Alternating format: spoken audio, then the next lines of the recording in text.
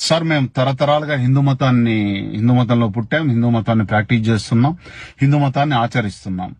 కానీ నేను వేరే మతంలోకి మారదాం అనుకుంటున్నాను. ఈ మతం వదిలేసి నేను వేరే మతం స్వీకరిద్దాం అనుకుంటున్నాను. అలా చేయొచ్చా? బ్రహ్మాండంగా చేయొచ్చండి. రాజ్యాంగం మీకు ఆ స్వేచ్ఛను కల్పించింది, చట్టం మీకు ఆ స్వేచ్ఛను కూడా కల్పించింది. కాబట్టి మీరు మీకు నచ్చిన మతాన్ని హిందూ మతంలో నుంచి వెళ్లి స్వీకరించవచ్చు. అందులో ఇదేం లేదు. కాకపోతే మీరు గుర్తుంచుకోవాల్సింది ఏంటంటే, ఎలా అయితే తరతరాలుగా మీరు ప్రాక్టీస్ చేస్తున్న ఈ యొక్క హిందూ మతాన్ని వదిలేసి వేరే మతంలోకి పోతున్నారో, అలాగే మీకు తరతరాల నుంచి వస్తున్న ఆస్తిలో హక్కును కూడా వదిలేసుకునే ఆ వేరే మతాన్ని స్వీకరించాల్సి వస్తుంది. ఇది కూడా హిందూ వారసత్వ చట్టంలో క్లియర్ గా మెన్షన్ చేయబడింది అనమాట.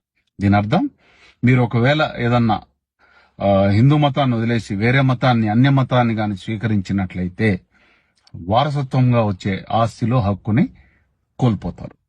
కాబట్టి ఇదొక్కటి గుర్తుపెట్టుకోండి. అంటే వారసత్వంగా వచ్చే మతాన్ని అయితే వదులుకుంటాను, ఆస్తిని వదులుకోనంటే కుదరదు. జాగ్రత్తగా ఉండండి, చట్టాలను తెలుసుకోండి. Thank you. జై హింద్.